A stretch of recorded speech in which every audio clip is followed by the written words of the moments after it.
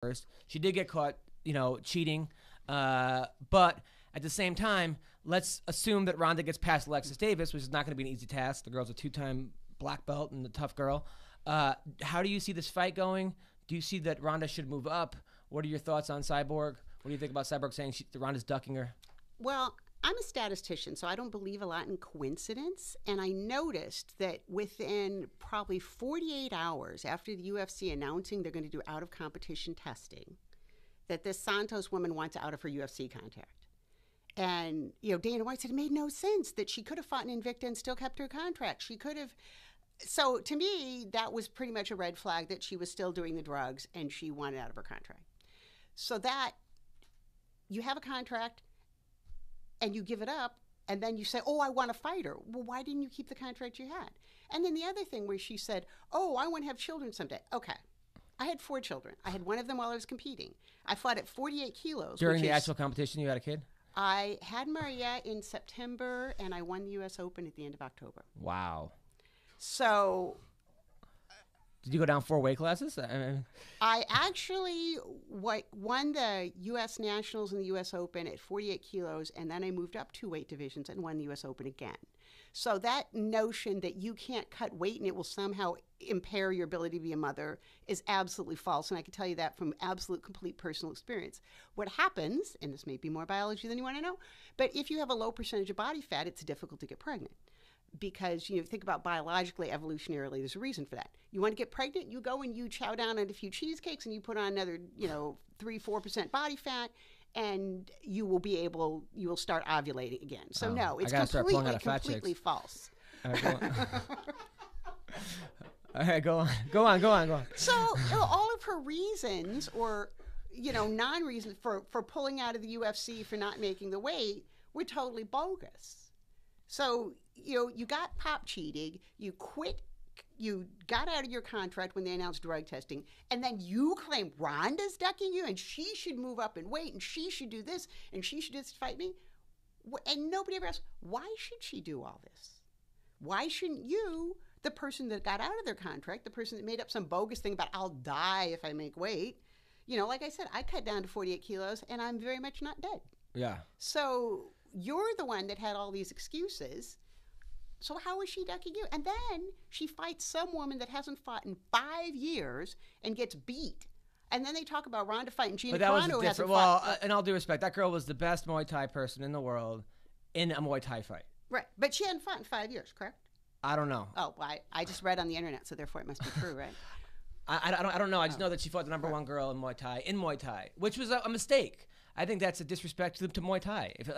Look, I mean, if you're the number 1 person in boxing and you're an MMA person, why go fight the number 1 boxer in the world? And it's just disrespectful to that craft, to that art form, But I understand what you're saying. Look, I think that I would love to see Ronda versus Cyborg. I think Ronda wins this fight, especially. Oh, hell yes. At 135, especially. But also, I think that this is sort of same topic, different. When these people that take steroids or to take, look at Chael Sonnen, okay, perfect example of a guy who just got busted with human growth hormones and IPOs and whatever he was taking, EPO.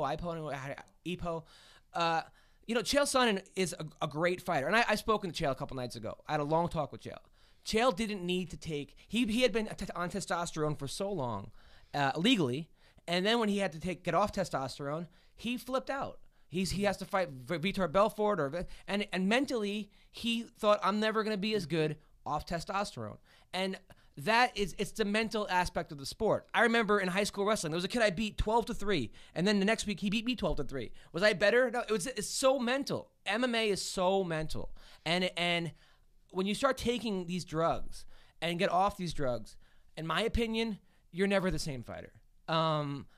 Let's look at, Josh Barnett has never really fought to the level that he did. Maybe he did in Strikeforce, but after he had gotten busted for banned substances. Vitor Belfort, we don't know how he's going to be without testosterone. A lot of these guys, it's like I think that they get a mental advantage. They think they have to take it. They get off of it, and then they start to doubt themselves, and that self-doubt kills you. And I think I wonder how if that's going to happen with Cyborg. Well, I think you're absolutely right, and I think there's two things. One is if you're taking steroids, why you're doing it is because you believe you can't win without it. Because if you thought you could win without it, what would be the point of taking it? Maybe failing a drug test, right? So you believe you can't win without it, and you quit taking it. So yes, psychologically you have that thing, and then you may have a record, but you know if you've been taking it all that time. So that's tainted too. And so I think she's got a disadvantage in that. And the other thing is I've known Ronda since the day she was born, and that child is motivated by spite, and she holds a grudge. If Cyborg has any sense at all, no matter how much money they offer her, I would duck Ronda. Well, I wouldn't because I'm crazy, but yeah, because Ronda will break her arm in half. Yeah, and Ronda holds a grudge. Now, Ronda recently said, this is actually a question from Kirk from the Underground, that she could beat any girl in jiu-jitsu. She said she could beat any girl in jiu-jitsu. Gabby Garcia took her up on that offer. I don't know if you guys know Gabby Garcia. I think she weighs about 230. She was Vanderlei Silva's, that woman next to Vanderlei Silva. Yeah. She wants to take, I mean, I don't know if that's a fair fight, but do you believe that Ronda could beat any girl in the world in jiu-jitsu? Yes. And one of the things about jiu-jitsu versus judo, and I've actually written a lot about this, jiu-jitsu and judo have different rules. And the thing about judo players and mat work, it's kind of like that poem by Longfellow about the little girl with the little curl right in the middle of her forehead. And when she was good, she was very, very good. And when she was bad, she was horrid. Most judo players are horrid at mat work. And if you judge judo players' mat work by the average judo player, you'll think any jiu-jitsu player could beat any judo player. Because in judo, you can win by throwing somebody, bam, right at the beginning, onset of the match. And many people focus on that. In judo, they only give you a few seconds to secure a technique, and then they stand you up. But the people who are good have mastered that transition in the air, many of them. And in jiu-jitsu, you don't have to do that. It's a different set of rules. And so it's not disrespectful to people in judo to say they play by a different set of rules. And if you learn by that way, it's not always to your advantage if you played somebody that came up by not the same set of rules as you. If you came up where you had to always, your whole life, be able to knock off a submission within a matter of seconds or show progress within a matter of seconds, then you're going to have an advantage over people who have had the leisure of taking their time. Now, in jiu-jitsu, you might say, and accurately so, that it's probably more representative of a real fight. In a real fight, they don't make you stand up every 3 seconds. But if you've trained that way, when you compete against somebody in jiu-jitsu, if you are good, you have an advantage. So, all right, so you're standing by Ronda's claims because yes. a lot of jiu-jitsu world gold medals and world athletes want to take her up on that offer, and they want to fight her in metamorphosis or grapple her in that, and Well, she may do that. I don't know. Ronda has a pretty full dance card, but I will say when I started competing, there were no weight divisions for women, and that's why. And I was 103 pounds, and that's one of the reasons I got really good at arm bars, because if somebody is 100 pounds heavier than you, you're an idiot to try and lift them up, right? Right. But if we get down on the ground and I can jump on your arm, it doesn't take that much to bend back, do a back bend on it, and you're done. So I think if you're really good at arm bars and chokes also, then it offsets some of the size advantage.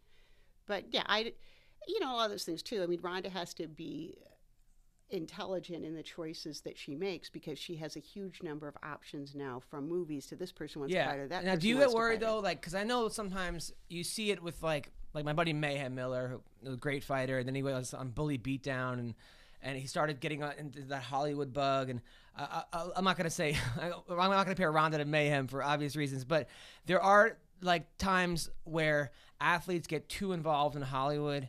And if I'm doing movies and she's doing Entourage and Fast and the Furious, and I heard she has her own TV show coming out where she's going to star on a TV show, do you get worried that she goes up against a girl who's just training, who's doing nothing but training, is going to beat her because she's distracted and has all these things on her plate?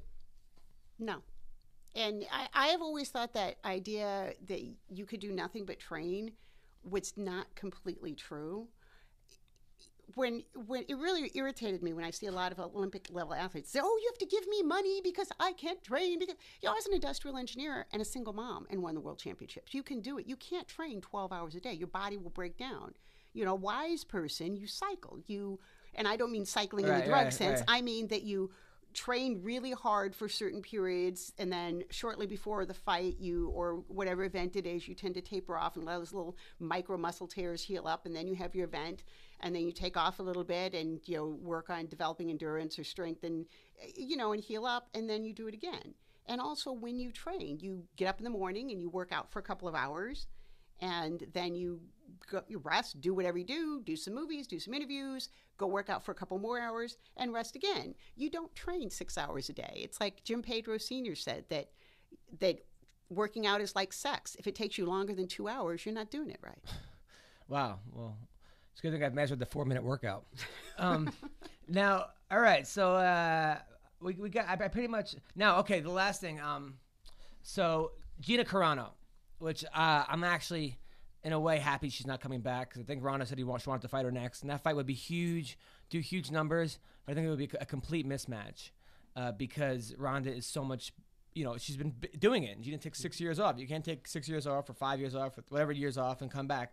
What are your thoughts on Gina Carano?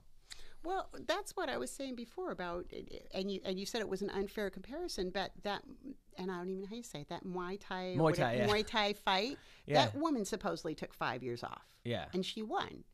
So I think it's very difficult to do from personal experience. You take a couple years off, it's hard to come back.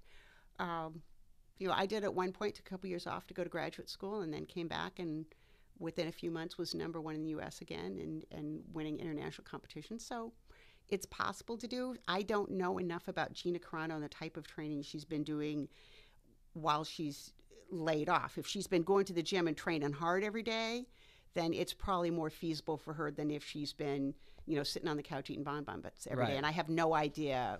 I still think Ronda will beat her. Right. But how easy she will be to beat depends on what she's been doing the intervening time, and I just really have no idea.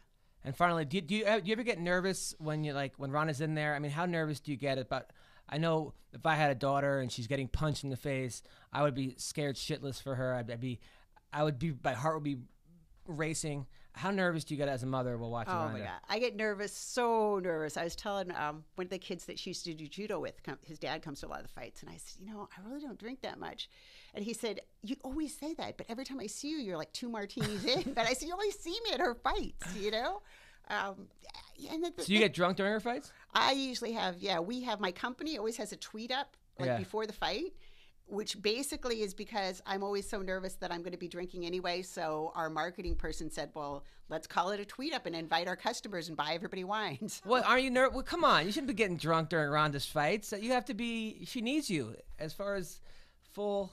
She knows what to do. And I always see those coaches, if you go to an event and they're telling the athlete, do this and do that. And I went to something years ago. I was fighting in the Olympic festival. And the other women's coach was saying, I want you to do your titration. I want you to do this. And I want you to that. And he looks over at my coach, Jimmy Martin, and says, aren't you going to tell her to do anything? And Jimmy says, I had the last 6 months to tell her what to do. Yeah, that's true. I would say that you shouldn't be. I mean, what if she loses? She's just not going to want to have a slosh mom to go home to. I mean, I would, if I were you, I would curb the drinking. I mean, you don't need to get drunk. Well, then she'll just have to not lose. And, the thing I really worry about is anything can happen. You could trip on the cage going in and hit your head and get a concussion. Those are more because I know she's trained right. It's just more the little freak accident things that I worry about. All right. I would, I don't know. I don't know what to say. I mean, it would hurt Ronda more if she lost, just because it would just devastate her to lose. I mean, it's not the physical thing. I know it. When she said she would die before she would give up, I mean, she meant it. She would just be devastated. So that's the thing I worry about. And how does she deal mostly with all these annoying internet people, all the haters for Ronda? Does she read them or? Not really that much. I mean, one of the things that she says is whether you're paying to see me win or paying to see me lose, you're paying to see me. And thank you, anti-fans, for the money that, let me buy my dog food this week. Now, what's the best way for me to go out with her? Because I think we make a cute couple. I feel like you would approve of me, and I think we have an actual job, so I have a job. I'm funny. Okay, well so you can go through the interview. I'm sort of handsome. Did you go to college? I went to 3 years of college. I went to SUNY Binghamton, which is a good school, and then Hofstra, and then Hunter.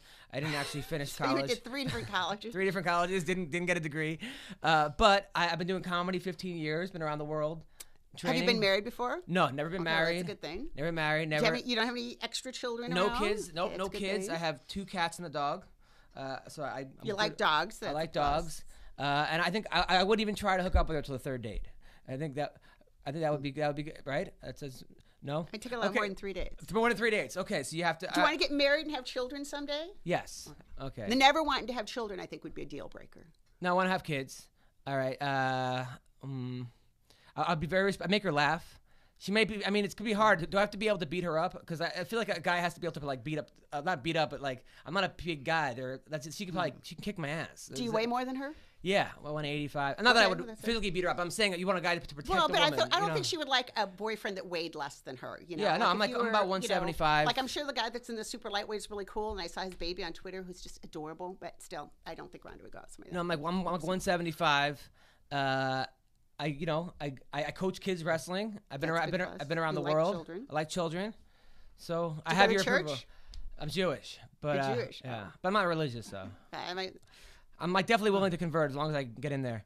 No, but so she had a boyfriend that was Jewish once, and he was evil. But you know what? We're not going to judge all of the Jewish people in the world. Yeah, most a people. lot of the Jews are employing her right now in Hollywood. There's some really cool people that I know that are Jewish, just not that one. The Jews are great people. I love the Jews. So yeah. So what else do I need? It's just so I have your. So you would approve of me as going out with Ronda? I don't know if I would approve of you. I would disapprove of you less than some people. I like that. I think that's a good start. That's as close as you're gonna get. That's good. I'm better than some. That's good. I'm like, okay. So what do you think my percentage's chances of taking your daughter out? 60%, 70%. I feel like we have a bond. I've met her once, and I asked her to help coach my like kids, and she looked at me. She's like, I'm a little busy right now, but she's 60. She likes kids. I would say 5. I have a 5%. That's what I would say. There is a chance. I like it. 5%. That's good. The making her laugh is a big point in your favor. I'm in. Well, listen, it's an honor to have you on the show. Thank you for. Do you want to stay for the interviews as far as the Phil Baroni and Hector Lombard? You're more than welcome. Well, no, actually, I have to because I have a real job. You have a real job. Okay. All right. Well, thank you. So where can people find you? Dr.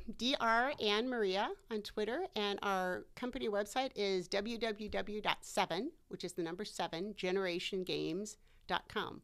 So you can kill things and get smarter. I love it. Well, thank you so much. It's such an honor to have you on the show.